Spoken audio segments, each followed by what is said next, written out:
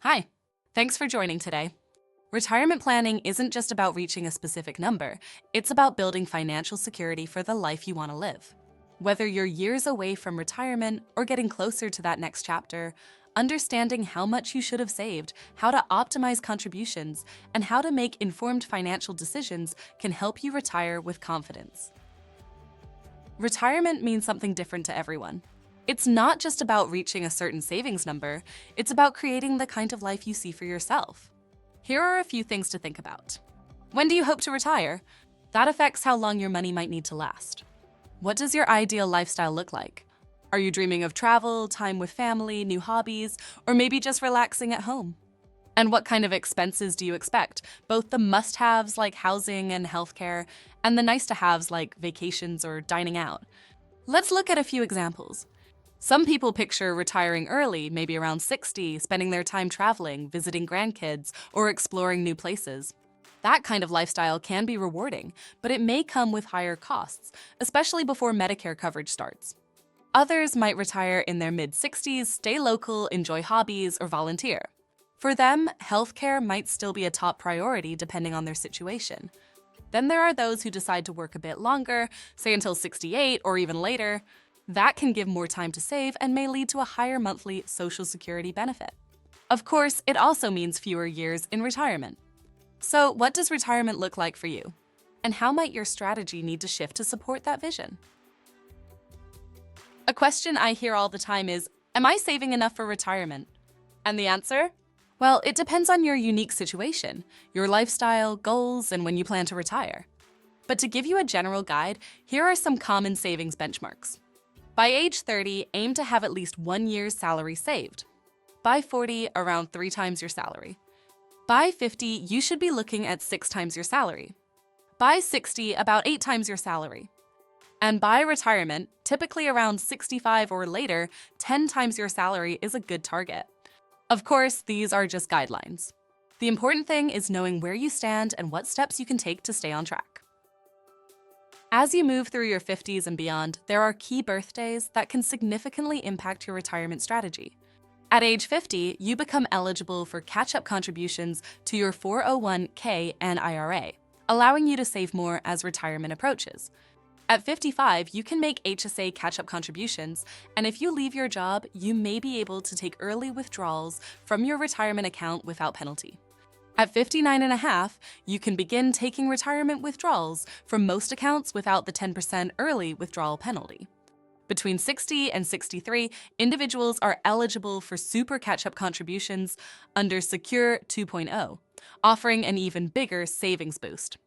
At 62, you can claim Social Security early, though your benefit will be reduced. At 65, you're eligible for Medicare. Your full retirement age for Social Security falls between 66 and 67, depending on your birth year. At 70, you'll receive your maximum Social Security benefit if you delay claiming until then. And starting at age 73 to 75, required minimum distributions, or RMDs, kick in, depending on your birth year. Keeping these milestones in mind can help you plan smarter and make the most of each stage of retirement preparation. Now that we've talked about how much you should aim to save, let's look at how to make the most of your contributions. Each year, the IRS sets new contribution limits, and for 2025, here's what you need to know.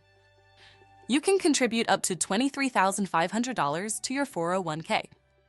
And if you're 50 or older, you get an extra boost with a $7,500 catch-up contribution.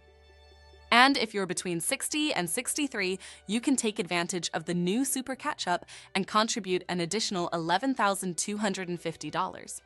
That means if you're 60 or older, you could put away up to $34,750 in tax-advantaged retirement savings just through your 401k. So, we've talked about how to get the most out of your 401k contributions. But what if you're already saving as much as you can? Or you're just looking for more ways to build your retirement savings? Your 401k is a great start, but it's not your only option. Depending on your income, goals, and timeline, other tax-smart ways to save might fit. Let's look at a few examples. A traditional or Roth IRA lets you contribute up to $7,000 a year. That goes up to $8,000 if you're 50 or older. Depending on the type, your money may grow tax-deferred or tax-free.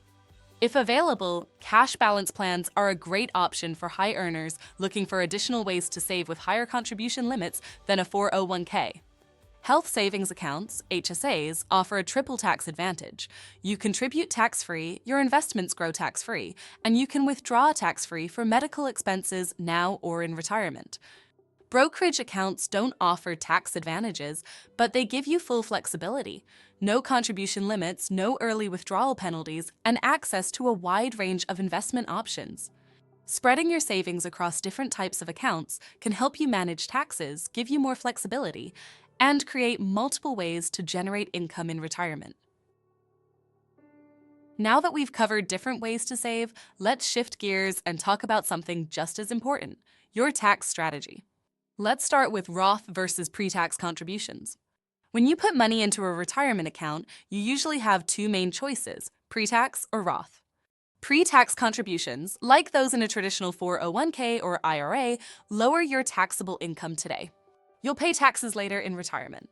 This might be helpful if you think your tax rate will be lower down the road. Roth contributions, on the other hand, are made after taxes. That means no upfront tax break, but your money could grow tax-free, and qualified withdrawals in retirement come out tax-free too. This could work well if you expect to be in a higher tax bracket later. Some people choose a mix of both to help manage taxes now and in the future. Now, if you're a high earner and can't contribute directly to a Roth IRA, there's a workaround called the backdoor Roth strategy. Here's how it works.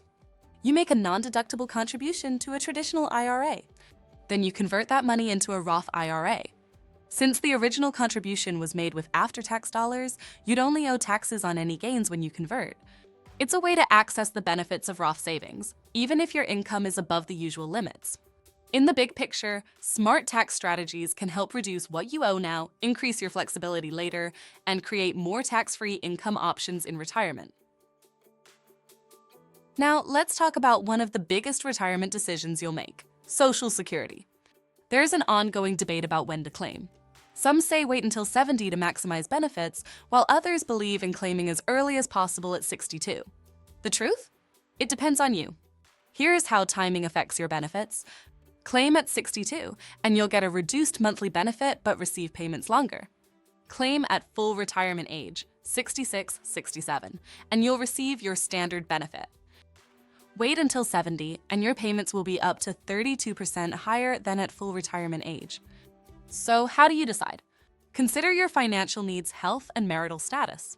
If you need income sooner, claiming early might make sense. If you can wait, you'll lock in a larger check for life. There's no one-size-fits-all answer, just the strategy that works best for you. Now that we've covered Social Security, let's talk about Medicare, your health insurance in retirement. Medicare has 4 main parts, each covering different healthcare needs. Part A covers hospital stays and is usually free if you've worked long enough. Part B covers doctor visits and outpatient care, but has a monthly premium. Part D helps with prescription drug costs and is purchased separately. Medigap or Medicare Advantage plans fill in the gaps not covered by Parts A and B. Timing is important. Most people enroll in Parts A and B at 65, but if you're still working and have employer coverage, you may be able to delay Part B. Missing deadlines can lead to lifelong penalties, so planning ahead is key. Medicare decisions can impact your retirement budget and healthcare access, so understanding your options early can help you avoid gaps in coverage. We've covered a lot today, from savings benchmarks and tax strategies to Social Security and Medicare. Retirement planning has many moving parts, and no two paths look exactly the same. That's why working with a financial professional can be so valuable. Whether you're looking to maximize contributions, optimize taxes, or plan for healthcare costs, having a strategy tailored to your unique goals can make all the difference. And remember, the best financial plans evolve with you. Small adjustments along the way can lead to greater financial freedom down the road. By taking these steps today, you're preparing yourself up to retire with more confidence, security, and peace of mind. Retirement planning is an ongoing process. There's always an opportunity to fine-tune your strategy. Review your savings progress regularly and adjust based on changing goals or financial circumstances. If you have questions or need personalized guidance, let's connect. Thank you for your time, and I hope you feel empowered to take control of your retirement savings journey.